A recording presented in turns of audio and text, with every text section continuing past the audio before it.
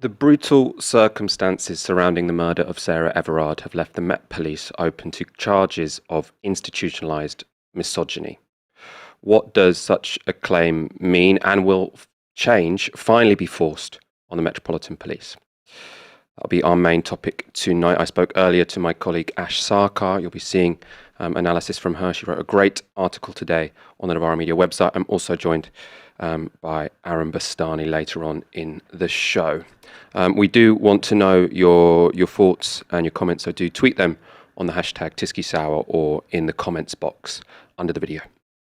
Let's go straight into our first story.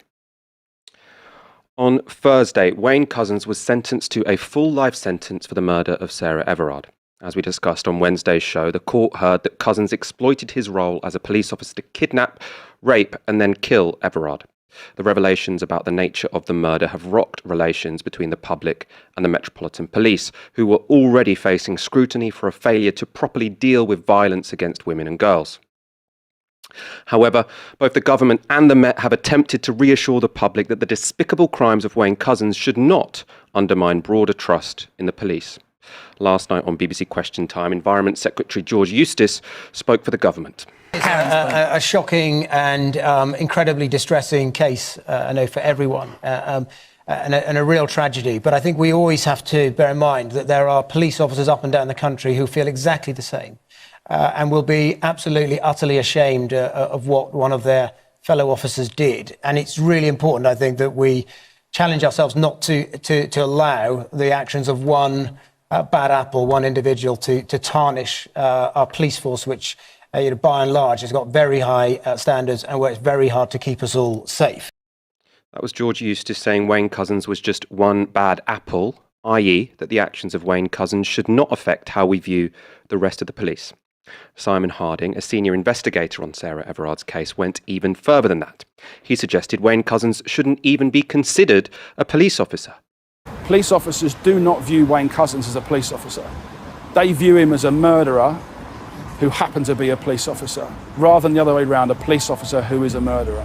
And that's a really important thing. He doesn't hold the same values as a police officer. He doesn't have the same personality that we do. He's a very sick, a very dangerous individual who should never have been near a uniform. There are two obvious problems with what Simon Harding said there. First, Wayne Couzens wasn't a murderer who just happened to be a police officer. He was able to commit his murder because he was a police officer. Second, you don't get to decide after the fact whether or not Wayne Couzens should be considered a cop. It would have been useful if you and your colleagues had stripped him of that role after the numerous red flags which preceded Sarah Everard's murder. You do not get to do it afterwards. Now let's look at all the information we have which puts to bed Eustice's idea that Wayne Couzens was just one bad apple. On this front, there is ample evidence from the Everard case alone. To go through some of those points, yesterday we learnt that colleagues of Couzens in a previous posting referred to him as the rapist due to the way he made women feel uncomfortable. Today, the Times have reported that 5 police officers had exchanged misogynistic, racist and homophobic messages in a WhatsApp group with Couzens. 3 of the 5 are under criminal investigation due to the grossly offensive nature of the material. And astonishingly, The Guardian has reported that the 2 Met officers under criminal investigation remain on duty. Stay with that for a moment. These are police officers who are exchanging misogynistic, homophobic, racist messages with a known killer who was still on duty. Next, for something we've known for a while and which is perhaps most significant, the police are currently under investigation for failing to respond appropriately to a report of 2 separate flashing incidents committed by Couzens at a McDonald's in South London. Police would have been able to link the incidents to Couzens' car.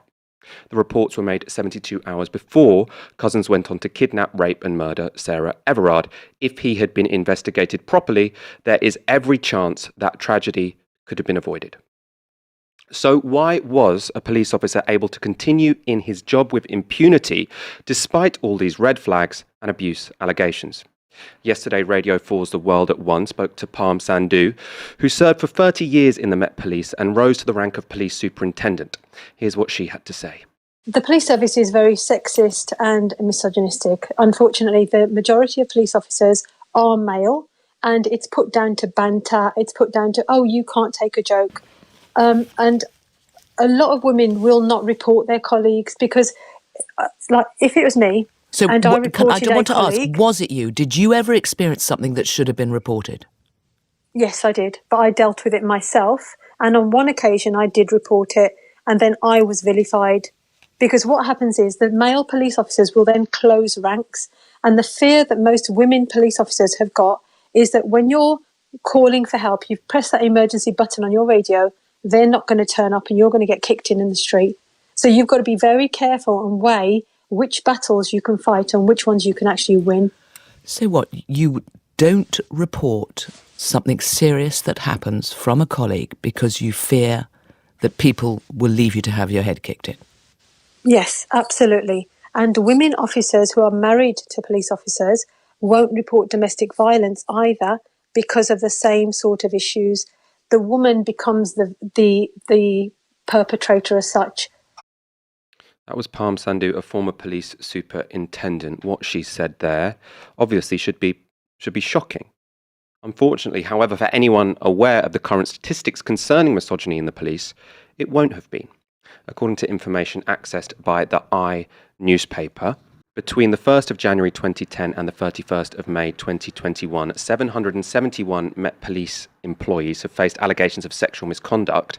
88% of that total was serving police officers. 163 of the Met's officers were arrested for sexual offences and 38 were convicted after appearing in court. Huge numbers there over a 10-year period. Of those 771 employees who were subject to complaints, only 83 were sacked. Another 46 resigned or retired after complaints were upheld. Something else mentioned by Parm Sandhu in that interview was that female police officers would be regularly subjected to pressure to remain silent about their police officer partners if they had subjected them to domestic violence. Again, the statistics show how abusive police officers are able to act with impunity, as reported by the BBC in June. 829 allegations of domestic abuse have been made against police officers or staff in the last 5 years. Only 32 of the 46 UK police officers responded to the Freedom of Information request, so the overall figure will be higher. This is an underestimate. Of the 129 allegations which the BBC could find out about, 43 resulted in prosecution. That's only 5% of all cases, which is lower than the rate of domestic violence prosecutions against members of the public. That's 9%. Only 15% of the allegations resulted in disciplinary actions. Those statistics will not inspire anyone to raise a complaint about police officers, let alone if it could come with professional consequences. Finally, what we have heard over and over again this week is that the extreme nature of Wayne Couzens' crimes make them exceptional. On one level, that is obviously true. It was an exceptionally cruel murder. But women being killed by serving or former police officers is not particularly rare. The Times report that in the past 12 years, at least 15 women have been killed by serving and former police officers. Those cases include that of Ivan Ishak, who was jailed for life in 2013 for murdering his estranged wife at her hair salon in Ashford, Kent, where he stabbed her 11 times. That figure also includes Peter Foster, a former detective at Surrey who murdered his partner, a policewoman, by hitting her with a baseball bat and stabbing her in the throat while she was on maternity leave. That last murder seems particularly awful in the context of Sandhu's comments that policewomen face harassment if they report their police officer partners. Ash Sarkar, my colleague, wrote a powerful piece about all of this on Novara Media this morning. I asked her earlier today to explain what it means to call the police institutionally misogynist. When we say that the police are institutionally misogynist, we're talking about a top-to-bottom problem of reproducing outcomes which disadvantage and perpetuate violence against women. So we can see that in terms of the internal processes of the police. 52% of officers who were found guilty of sexual misconduct between 2016 and 2020 kept their jobs. The second thing is that you've got an astonishingly regular pattern of cops being accused of domestic violence. At least one woman a week comes forward accusing officers or police staff of having perpetuated domestic violence. And then you've also got what is it they're actually doing in their job. So there does exist an abuse to prison pipeline, where women who have themselves experienced domestic abuse or sexual or physical abuse as children are more likely to end up in prison. So 57% of female prisoners are victims of domestic abuse, 53% experienced abuse as children. So that tells you something about how we treat vulnerable women in our society. Do we care for them, or do we criminalize them for that very vulnerability? It's the latter. And then we've got to think about those instances where police officers have wielded and abused the authority that they have, and it is a unique authority, it's a uniquely coercive power in order to perpetuate abuse. So Wayne Couzens may have been an extreme case, but he certainly wasn't alone. There was Geoffrey Davies, a detective in South Wales, who used his position as a police officer to rape 2 women in his custody in the early 2000s. This only came out when he was subsequently convicted of further offences around 2013, I believe. You also had Erling Liesk, who sexually exploited victims of domestic violence, who again, he came across in the line of duty. And there was also Derek Winston Seekings, who raped a woman while on a meal break from work. And that's before we even get into another story which has been in the news, which is Spy Cops, which is undercover Metropolitan Police officers who conducted long-term, in some cases, sexual relationships with women who they were spying on. And this happened either with a nod and a wink from senior officers, or due to their incompetence, they didn't even know it was going on.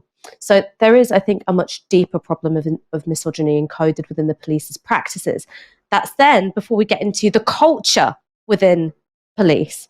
It's an open secret that you have the dissemination of racist, misogynist, and homophobic material within private group chats. That's exactly what Wayne Couzens did with his colleagues, who are now facing criminal investigation. But that's also what happened when you had 2 officers suspended for sharing selfies that they took with the murdered bodies of Bieber Henry and Nicole Smallman. That indicates a very callous and indeed very dehumanizing attitude towards female victims of violence and people who they come across in the course of their work. And then you've also got something which is very disturbing, which a former chief superintendent said on Radio 4 yesterday, which is that even female police officers and staff are discouraged from speaking up and reporting abusive or harassing or threatening colleagues. So top to bottom, you've got a problem of culture, you've got a problem of outcomes, you've got a problem of internal procedures and practices. And that's what we mean when we say that the police are institutionally misogynist. That was my colleague Ash Sarkar. I really do recommend you check out her article today on all of this. One of the big stories today, again, completely shocking, is what the police are telling people to do if they get stopped by an undercover police officer. Because obviously what was so shocking about this case is that Sarah Everard did what she was supposed to do. She was stopped by someone who said, I'm an undercover police officer. He showed her his ID and then he handcuffed her, right? So this was an arrest. People say it was a fake arrest, but actually he was a serving police officer, and police are allowed to arrest people off duty. So it was a real arrest. You know, it was under false pretenses. But she complied with a police officer, which is what you're supposed to do. Now, the big debate in the country is, what should people do in future? What should women do if they are stopped by a police officer who they are suspicious has ulterior motives? The advice from the Metropolitan Police is really quite shocking on this front. I want to bring up the statement, which is from the Metropolitan Police's website. So this is their advice on verifying an officer's identity and intentions. They say, it is unusual for a single plainclothes police officer to engage with anyone. If that does happen, you should then expect to see other officers arrive shortly afterwards. If you do find yourself in an interaction with a sole police officer and you are on your own, ask that officer for proof of identity and intentions. Questions like, where are your colleagues? Where have you come from? Why are you here? Exactly why are you stopping or talking to me? They say, try to seek some independent verification of what they say. If they have a radio, ask to hear the voice of the operator. Even ask to speak through the radio to the operator to say who you are and for them to verify you are with a genuine officer acting legitimately. If you feel you are in real and imminent danger and you do not believe the officer is who they say they are, seek assistance by shouting out to a passerby or if you are in the position to do so, call 999. I think an earlier version of that sort of mentioned trying to wave down bus drivers. It seems as if that part has potentially been removed by this point because it was so widely ridiculed. That advice is so ridiculous as to be offensive, I think. Not wanting to be beaten in terms of offensive responses to a tragedy, the Conservative North Yorkshire Commissioner Philip Allott told BBC York today, "So women, first of all, need to be streetwise about when they can be arrested and when they can't be arrested. She should never have been arrested and submitted to that. Perhaps women need to consider in terms of the legal process, to just learn a bit about that legal process." Aaron Bastani, I want to bring you in on this and, the political fallout which has come out of this, because what I find, there's so much about this is incredibly shocking. What I find on a more mundane level completely mind-boggling is that the police and police bosses have now had 6 months to work out how, when all this information comes out, because obviously we're only learning this week that the officer used his role as a police officer to kidnap and kill Sarah Everard, but the people who are, who would have been conducting this investigation knew that ages ago. We just didn't know that because it wasn't yet in court. They've had 6 months to prepare for this, and yet they're still coming out saying, oh, maybe women should read legal books, and if they are unsure about a cop who's stopping them, wave for a bus. Like, what is going on here? Well, I think my explanation for that is that the DNA fundamentally of the security apparatus in this state, particularly the police, is one of utter deference. The individual is in no way meant to scrutinize the police. The media are effectively meant to believe everything that they say. There's not meant to be any sort of culture of dissensus where you hold them accountable, where you scrutinize them. And finally, the Metropolitan Police Service, I think at the last time of asking, have around 100 press officers. So they are very much used to crafting the narrative, determining the facts. That might sound like propaganda. That's because it is. But when you've got something of this scale, a crisis which embodies so many pernicious long-term problems for the organization, but the case in this instance is so powerful that it can't just be dismissed, then they have real problems. So I think the singularity of this case and its horrific nature means that the usual tactics won't work. But of course, they're used to using only the usual tactics. So I think that would be my answer, Michael. They're used to creating and crafting media reality as they see fit. And we don't really have a journalistic culture in this country which scrutinizes the police adequately. And when they say, of course, well, people should be able to know their rights and, ask the police, what are you doing? As anybody who's watching or listening knows, try doing that. The police give you a really hard time really quickly. If you do that, if you try and talk about your rights, if you try and let somebody else know their rights, very, very rapidly that marks you as a person of suspicion. And I found myself being arrested for doing something like that in the past. I have a good friend who gave a bus car to some young people who were being stop and searched by the police. She ended up being arrested, strip searched. She now has PTSD. I tweeted about that earlier on. It was a BBC story. So that's again in the public domain. That's not just something you need to take on hearsay. So that for me is the answer, really. A really appalling culture, and to an extent, media complicity. And it seems strange to talk about the media, but the police, and in particular the Metropolitan Police Service, are never wrong. And so when they are so decisively wrong, the whole system in terms of how we metabolize truth and what to do next kind of doesn't make any sense. People might be watching this thinking, but actually we are hearing quite a lot from the mainstream media right now about the institutional problems in the police, but it has taken an event so extreme, more extreme than anyone could have possibly imagined, to get this issue to be taken seriously. And from all the statistics we showed you at the start of the show and what Sarkar talked about, this is, misogyny, violence against women is an ingrained problem in the police, which has been the case for decades. And most people in the country will not have heard about that until an event happened which was so shocking it could no longer be ignored. And as Aaron says, that's because the police are incredibly good at putting forward a narrative which supports their perspective on whatever is going on. And you're not used to having media holding the police to account because they rely on the police to get their stories. This idea that you are supposed to respect the police, they are in the right, they are there to protect you. It is the kind of thing that politicians have to say. Keir Starmer, Wes Streeting, he was on Question Time last night. None of them have been willing to engage in any sort of critical discussion of the police, because they think what we have to say is we have to stand up and say we're pro the police, we stand up for the police, and they basically are too cowardly to say anything other than this is a bit of a situation of a bad apple, which all the statistics we've talked about show you this is not. This is much, much deeper than that. I want to go to a couple of comments, and then we're going to talk about the future of Cressida Dick. Caroline Duvier tweets on the hashtag Tysky Sour, wow. So as a woman, I now need to be versed in all of the laws, and when I get stopped by an undercover police officer, I should call the police for help.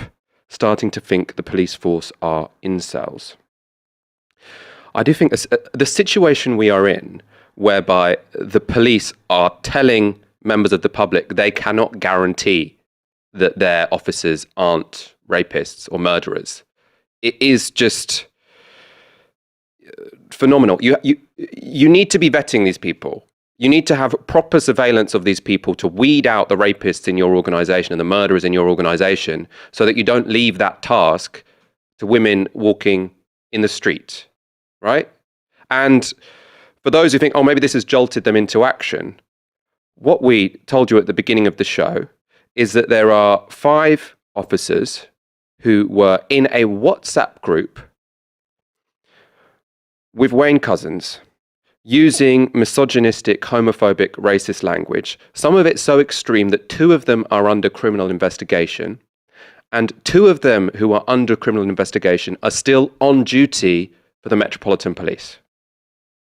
And again, they have known for 6 months that this crisis was about to emerge. They have known the context of this murder for 6 months. We only found out about it because it's now being spoken about in court. And yet they still thought they could get away with having 5 officers who were in a group with Wayne Couzens talking in misogynistic terms, which were so offensive it might break the law, and to not even put those officers on gardening leave. They're still on duty. It is... I don't how anyone can possibly have faith in this police force when that is the case it's mind-blowing. Let's go to a couple other comments. Henry VIII Fake on YouTube Super Chat says the mainstream media still talk about bad apples when at a macro level every single tree in the orchard is rotten. Thank goodness for alternatives like Novara. And Conmac tweets on the hashtag Tysky Sour, the figures are frightening, but what is more frightening is the denial by high-ranking officials, both police and politicians, that there is nothing institutional about this horrific incident. If they don't do anything about this, it will be repeated. That's evil. And Rajia D says, thoughts and prayers with Sarah Everard's family. How so incredibly tragic. R.I.P. Sarah. I'm sure everyone watching will agree with those sentiments. The numerous failings of the Metropolitan Police in the run-up to Sarah Everard's murder and the woeful response of the force since has led some to call for Met Commissioner Cressida Dick to resign. Those calling for her to go include Labour MP Harriet Harman. Well, women must be able to trust the police. They must not fear them. They must be confident that the police are there to help them and to make them safe, not to harm them. And therefore, there needs to be fundamental changes in order that women can be certain and can have that confidence. And I've written to Priti Patel today, setting out 10 points of action which need to be taken immediately. But I've also written to the Metropolitan Commissioner, Cressida Dick, saying that I believe she should resign because she cannot be the Metropolitan Commissioner that takes these changes forward. That was Harriet Harman. When Priti Patel, the Home Secretary, was asked whether Dick should resign, she said the following. Well, I think, first of all, there are important questions and questions that I've been asking and challenges. We have to be honest about this, in particular to this case, but also the conduct of that serving officer and conduct of policing more broadly. So I will continue to work with the Metropolitan Police and the Commissioner to hold them to account, as everybody would expect me to do, and I will continue to do that. That was Priti Patel saying she will continue to work with the Metropolitan Police and the Commissioner to hold them to account. The government have made clear Dick is safe in her position, but it was not an especially positive statement from the Home Secretary.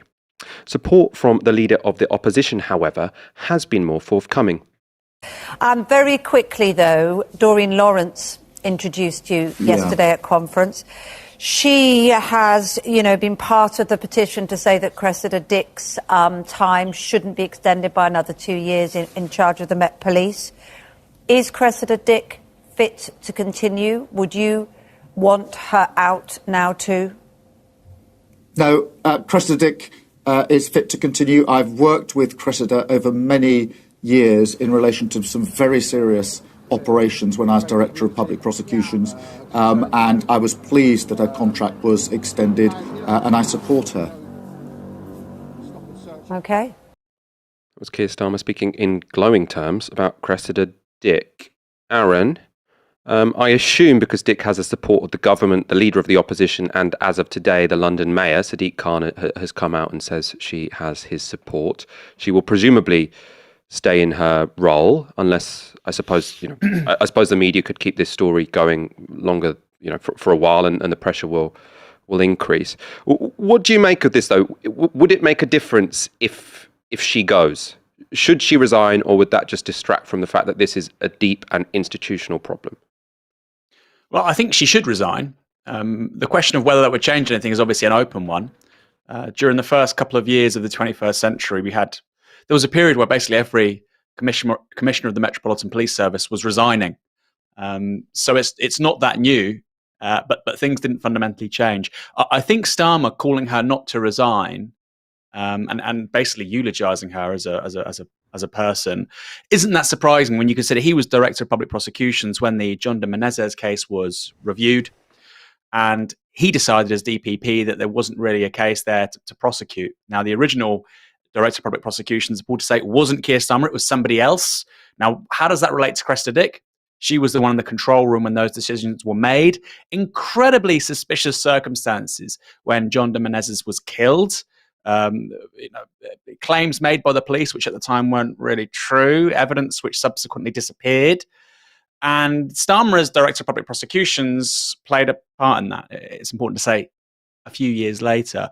And I think when you look at Starmer, you look at Sadiq Khan, Boris Johnson, Priti Patel, you have to understand that these are all these are people who are just administrators of the state. They are integral parts of the state apparatus. And one of the things you do when you're a part of the state apparatus is not to attack another part of the state apparatus. That can be the monarchy, it can be the armed forces, it can be the police, it can be several other institutions. Now, one of the big problems when Jeremy Corbyn was leader of the opposition was that informal system stopped working. Because all of a sudden you had a leader of the opposition who will say, actually, war in Iraq was bad, or this particular senior figure within the policing establishment should resign, or this person related to the Bank of England shouldn't be in that job. The final one was a speculative, hypothetical instance. My point is, normally, people in the Privy Council, people at the kind of highest executive and legislative echelons of this country, occupying those parts of this country's public life, they don't say things like the Commissioner of the Metropolitan Police Service should resign. Now, Harriet Harman did, and that's quite interesting. Why?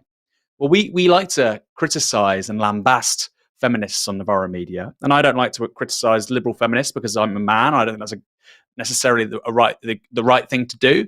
But we have colleagues and comrades who lambast, women colleagues and comrades who lambast and mock liberal feminists. But what you have to say about Harriet Harman here, Michael, is that she's a principled liberal feminist who believes in the rule of law and thinks that this is unacceptable.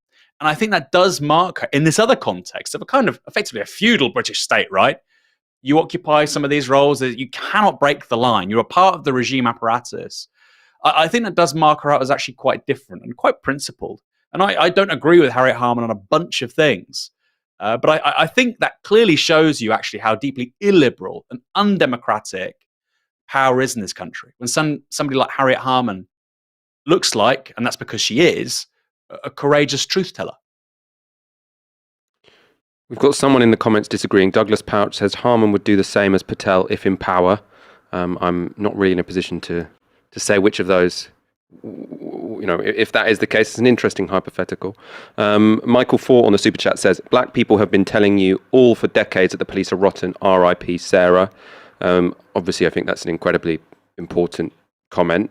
I think probably one of the reasons why this is such a, why the police themselves are considering this such a crisis is because, the mirage has been shattered. People who thought, oh, the police, they must be upstanding people, there might be a few bad apples, but ultimately they must be good. I think this has shown, the extreme circumstances of this means it's impossible to deny that there is something seriously, seriously wrong going on. And that's not just because of the actions of Wayne Couzens, but it's the actions of the police which let him do what he has done. The fact that 72 hours before he kidnapped and murdered someone, there was a report to the police that someone had flashed people, a sexual assault, in a McDonald's in South London. They would have, unless they're completely incompetent, they would have identified that was his car, because you can do that very easily with the number plate. And he remained an officer. He remained free, and then he used that privileged position as a police officer to do the most heinous crime imaginable. How anyone can see that sequence of events and not think there is something fundamentally rotten here is, it's impossible not to. And that is why it does seem slightly odd to have someone like Keir Starmer just, creating this sort of protective ring around the person who leads that organisation. Because it's just undeniable that something was fundamentally rotten in that organisation. And I don't think taking away the leader of that organisation is going to solve everything. Might not solve very much at all.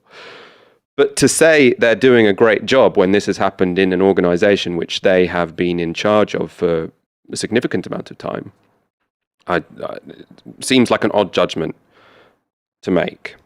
Nick Gusset on Super Chat says, Cressida Dick is only ever on telly to apologise.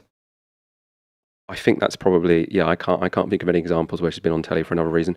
Lost in the Fog of War says, if a woman is accosted by a single male officer, she should not comply, scream like hell. I suppose, I'm just not comfortable saying what a woman should do in that situation. I can see why people, want this practical advice, but ultimately all of our attention should be on the police should not send rapists out with police badges. You might say, oh, how will they know? Well, there might be situations where even if you did have really high standards and a really effective net where you caught out people who were, abusive, some might slip through. Sure, some might slip through the net.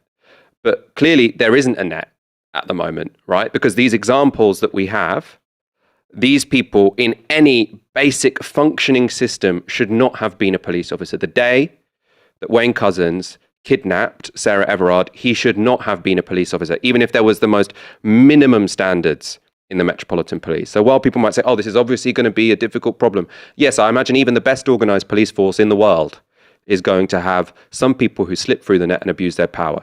But we have got a police organisation, the Metropolitan Police, where you have these people who have the most power you can give someone in society to pick people up off the street, to put them in the back of your car, and we are paying no attention, no due at all to who they are, to what their motives might be, to what their values are. And that is just so clear to everyone right now. And obviously we are going to see the political class now close ranks because they don't want fundamental questions to be asked about the police force, but we have to make sure they are.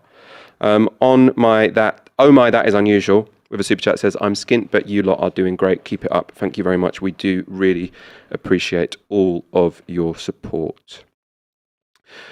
We will, I'm sure, be talking about this story on many future shows. For now, we are going to go on to a few more topics from the day. If you haven't already, please do subscribe to our YouTube channel.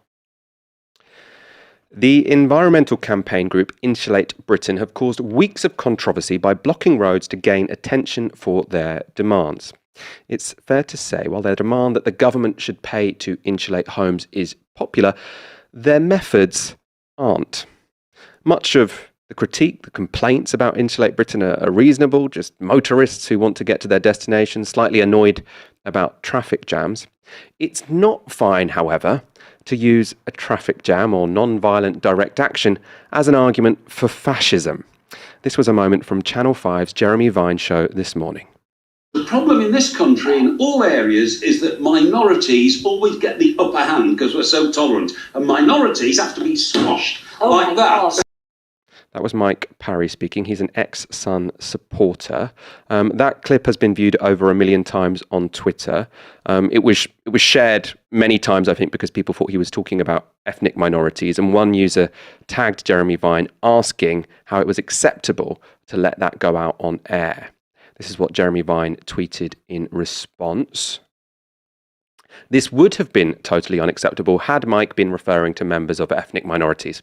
In fact, this snippet does not make clear Mike Parry was actually talking about the eco-protesters who brought the M25 to a halt. He said they represented very few people in the UK. Jeremy Vine has now deleted that tweet. We should say as well, we would like to show you the full clip with the fuller context of that intervention. Unfortunately, the Jeremy Vine Show haven't made the episode available online just yet. We can't explain why. I'm going to get Aaron's thoughts on this in one moment. First of all, let's just show you the clip one more time. Now you know the context provided by Jeremy Vine. The problem in this country, in all areas, is that minorities always get the upper hand because we're so tolerant, and minorities have to be squashed like that. Minorities have to be squashed. Aaron, obviously that would have been more shocking if he'd been talking about ethnic minorities or sexual minorities. Is it fine, though, to say you'll squash minorities when minorities are people who have particular political beliefs instead of, immutable characteristics? Well, in a democratic free society, Michael, minorities' rights should be protected. And that doesn't just mean ethnic minorities or religious minorities or linguistic minorities or women or LGBT people. It also means people who hold minority political views, which are, of course, still congruent with democratic values. So, for instance, most people aren't Republicans in this country. They want to keep the monarchy. But that doesn't mean just because Republicans, such as myself, are a minority, that doesn't mean people have permission to go around beating us up. Because minority rights when it comes to freedom of political conscience, freedom of expression, freedom of association is really important. Once upon a time, the idea that women should have the vote was a minority view. Who knows what will be a majority view in 50, 100 years' time. And we know that the train tracks upon which the locomotive of historical progress, if it does exist at all, they are the idea that perhaps the minority is right, or perhaps the minority have something to teach the rest of us. That's a very basic point. And what I found very strange about Jeremy Vine's initial response is to say, oh, he just means political minorities, as if political minorities have never been subject to violence and murder and intimidation. Very strange thing to say. If you want to defend a free society, you don't think or say that. Secondly, he was clearly referring to all minorities because he said, I think the exact words, Michael, maybe you can, again, we want to get it right down. He said in all instances or something to that effect.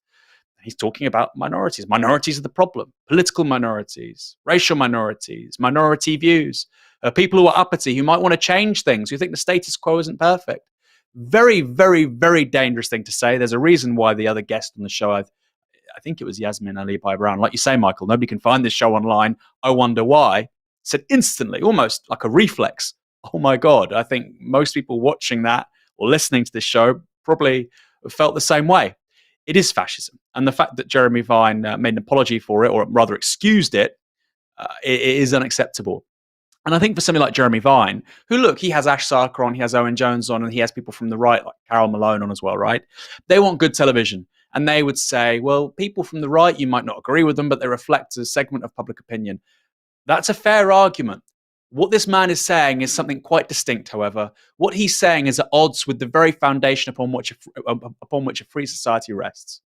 That can't be allowed on television broadcast without significant scrutiny and accountability for the programmers and for the host. And I do find it remarkable that after the fact, on social media, somebody as intelligent as Jeremy Vine, who is as politically experienced when it comes to the fallout of these kinds of things on broadcast TV or radio. It happens. It's live media after all, would say that. And I do think it says something quite dangerous about how toxic our media environment is. I don't think he agrees with the point, but he would say, well, he has a right to say that. No, I don't think he has a right to say that, actually. I don't think anybody has a right to say that minorities should be crushed.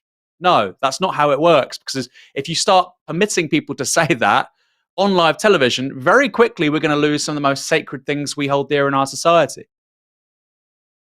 The other thing that sort of shocked me about it, and I suppose why it is just so congruent with classic far-right tropes, is this idea that minorities have the upper hand.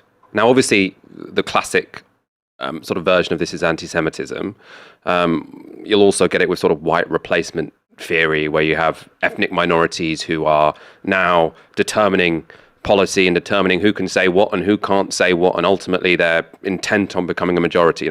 Classic far-right conspiracy theories. But they're also paranoid, and I think this clip just shows how ridiculous that is.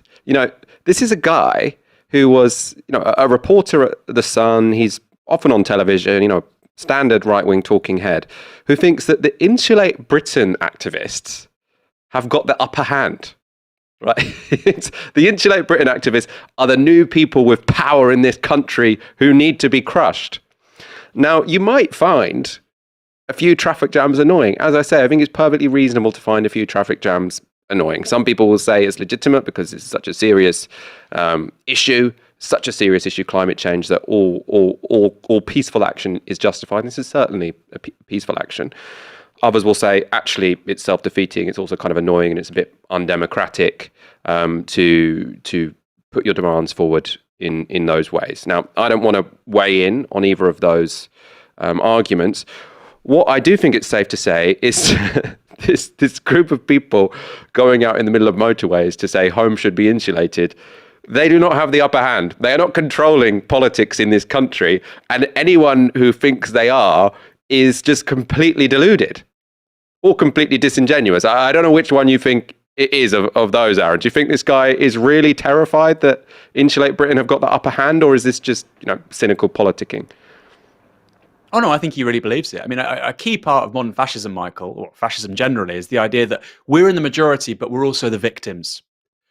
Somehow the minorities have got us under the thumb, whether it's people with disabilities, whether it's Jewish people, whether it's socialists, whether it's students, whether it's people on benefits.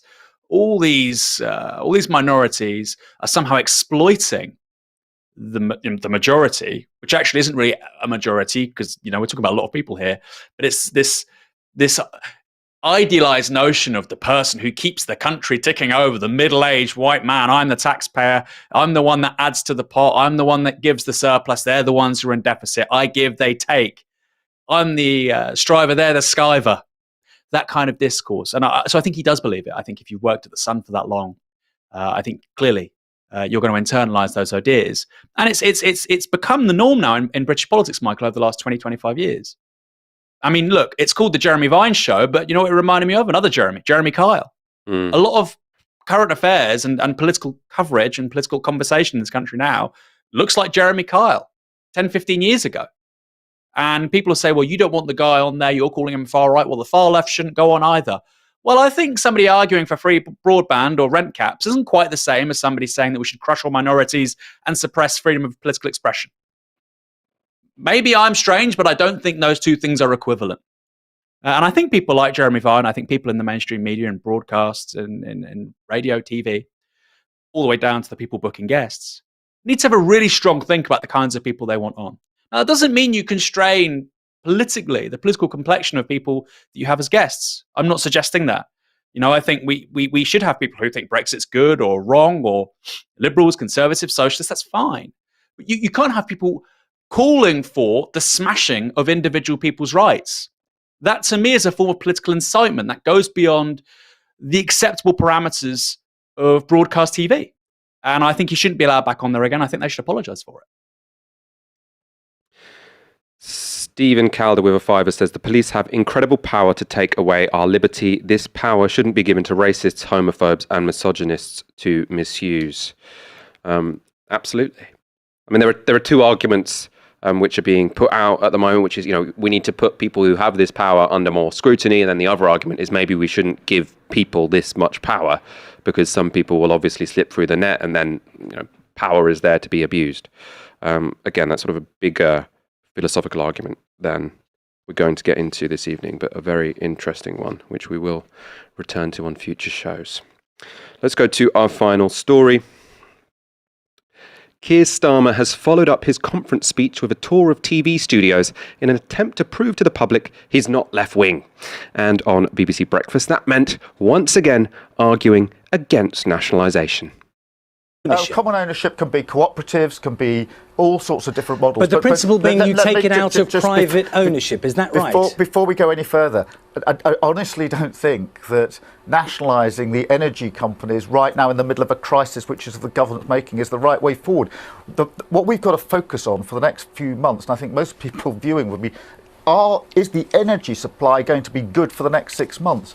And how's the government got us into this ridiculous situation where we've got an energy crisis, we've got a fuel crisis, we've got no drivers for lorries, we've got empty shelves. I think most people would say, well, rather than some philosophical discussion, we want to know in practical terms, what is the government going to do to keep the lights on, keep the energy there, and get our fuel pumps back in action? Because lots of people are going to be scratching their heads and saying, how am I going to get to work next week? How am I going to get to a hospital? Or how am I going to visit a sick relative? A teacher or nurse getting to their job. These are the issues that we need to address head on, and they are all banded together and characterised by a lack of planning by a government that campaigns in slogans and is learning that governing in slogans just doesn't work. That was Keir Starmer arguing against nationalising failing utility companies. Just to remind you, this was Starmer during the leadership race. First of all, raise your hands if you're into scrapping tuition fees. That's everyone. Renationalising water and electricity. Yeah. They need to show that clip anytime Keir Starmer says, I said common ownership, not nationalisation. I didn't mean nationalisation. You put your hand up when they said nationalisation. Aaron, I saw you reacting to that BBC Breakfast clip online. I suppose aside from the dishonesty of it all, what did you make of the actual argument put forward by Keir Starmer there? Well, it's a typical lawyer's answer, isn't it? He's saying, well, look, common ownership doesn't necessarily mean nationalisation, somewhat true. Does that mean he now supports a model like workers' cooperatives for the big 6 energy companies? Well, that may work for some things. It won't work for public monopolies. And no, I don't think that's what he means. This is a man who lives by rhetoric and elusive lines, which he can backtrack on later. In a court of law, that works. In the court of public opinion, and more importantly, in the world of public policy and actually solving real-world problems, it absolutely doesn't work. It's a catastrophic failure. My question to you, Michael, and our audience is, what has to happen before he calls for nationalisation of energy companies? Will the lights have to go out? Will we all be freezing cold? Because it clearly is one potential answer. You know, in 2008, we had the financial crash. What was part of the response from government by Gordon Brown, by a Labour Prime Minister who wasn't particularly left-wing, was to take banks into public ownership. Does that mean that Keir Starmer won't do something similar with energy companies? And he's saying, well, it's an academic exercise. You can imagine 1945, Michael, we just come out of the Second World War. People are calling for a national health service and to bring energy and utilities and water into public ownership. And Keir Starmer says, now is not the time for vain and vague intellectual exercises. What we need is pragmatic common sense. We would never have got the National Health Service, Michael. When something doesn't work and it's broken, is actually the best time to talk about, well, systemically, what do we need to change to restructure it? It's the best time, Mr. Starmer, not the worst time. So, yes, what does this tell us? A few things. The fact that he's a mendacious man who actually has no idea about the kinds of policies he'd want to enact as Prime Minister. That's one thing. Secondly, it tells us something quite troubling, which I think actually, confronted with the facts, the Tories are more likely to nationalise things than the Labour Party. Over the last 7 days, we've seen another rail franchise brought back into public ownership in the southeast of England. We're seeing it, I think, in the next couple of months, likely with energy companies too. I think it's looking increasingly probable. What are Labour going to say? He's saying, we need planning, we need a plan, the government should get their act together. What does it mean? What does it mean? You're not offering an alternative. You're not offering anything substantial. And look, positioning for the next general election is fine. Maybe that's all you care about. But in the meantime, we've got 2 years, and particularly we've got this winter. I'd quite like Christmas. I'd quite like to not be freezing cold on the 25th of December, Keir. So please offer some substantive solutions. How Starmer did Brexit, how he did COVID-19, weren't outliers, weren't anomalies. That's how he does politics, Michael. It's about winning some sophisticated debate in a courtroom rather than actually addressing people's problems and trying to enthuse them behind what you're arguing for. He's not a politician. God knows how he got this job. He's uniquely ill-suited to be leading a political party, particularly at this moment. God help us. I think the point about the Tories, they would nationalise the utilities before Labour is a prescient one, because Kwasi Kwarteng has made it clear that if one of the big six fails, they might have to nationalise it, because the alternative of bringing it into public ownership is to bail them out with public money and say, oh, okay, we'll cover your losses, but you can still run it as a private business, right? So that's... even the Tories admit that would be an unpopular thing to do, whereas Keir Starmer's saying, no, crisis. In the crisis, we won't change the ownership of anything. Does that mean you'll give them a bailout? It might have been sensible to explain that sometimes nationalisation is, whatever your political ideology, the most sensible thing to do in that situation. I want to talk about the internal politics of this. The nationalisation issue seems like it could tear the shadow cabinet apart. In particular, it's creating tensions between Keir Starmer and Ed Miliband. Miliband argued in favour of common ownership a couple of weeks ago on Newsnight, and the Times are now reporting that Starmer is being urged to sideline the former Labour leader. Aaron, do you think this could actually happen? Could it be the case that Keir Starmer says, Ed Miliband, you have been guilty of being too radical, of not towing the line strongly enough? Apparently there are members of the shadow cabinet and Keir Starmer's team who are annoyed that Ed Miliband wrote a book which covered issues beyond his domain, beyond his shadow ministerial post. Do you think he could be next to go? Well, he's Labour's most popular politician, and Keir Starmer specialises in doing stupid things, so presumably he will, yeah. That's basically that. We should call it Starmer's law, which is a scientific law whereby the worst possible decision that could be made by the Labour leader is the one that he takes. I think, generally speaking, whatever happens to Miliband, I think he will go. Whatever happens to Miliband, I think in the medium term, is that we won't see any of the 10 pledges informing party policy in 2024. Or at least the leader will try his damnedest to stop it. And I think that's an important background variable to consider when you think he's got the GMB on side, he's got Unison on side, all the things that they tell their members they want, the leaders of these unions. We want a higher minimum wage, £15 minimum wage for care workers. We want to end fire and rehire. We want to end outsourcing. Very little of this would happen under a Labour government, under Keir Starmer as Prime Minister. Very little, next to nothing. We would see some tweaks. Now, you might think that's great. It means a Labour government gets elected. I want the problems to be solved, Michael. In the last couple of weeks, we've heard a lot about the Labour family. My party's back.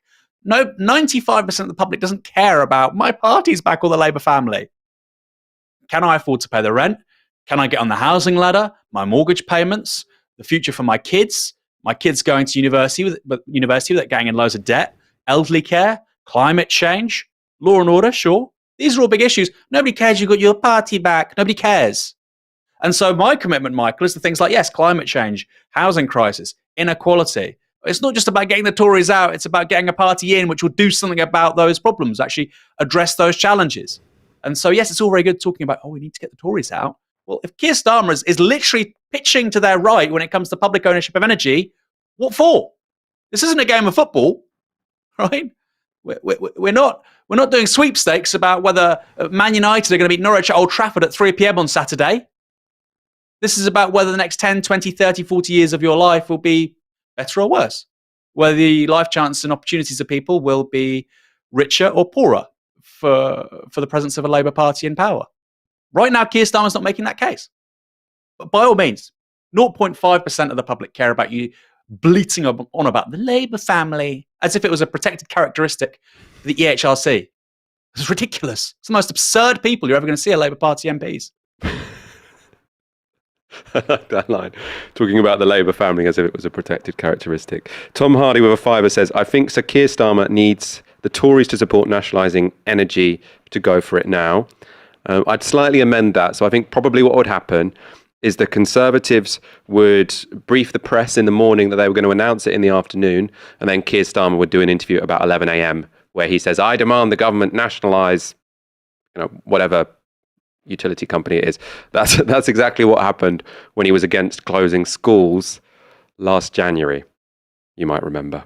One of his lowest moments, I think. Let's wrap up there. Aaron Bastani, been a pleasure speaking to you this Friday evening. Been my pleasure, Michael. I love our Friday get-togethers, and I love all the feedback from our wonderful audience. And thank you to our wonderful audience for watching tonight, and especially if you are a regular donor, you make all of this possible. If you are not already giving us a monthly payment, please do go to novaramedia.com/support. It is what makes this organisation, what makes this show possible. We are forever grateful. For now, I'll be back on Monday at 7 p.m. with Ash Sarkar. You've been watching Tysky Sour on Novara Media. Good night.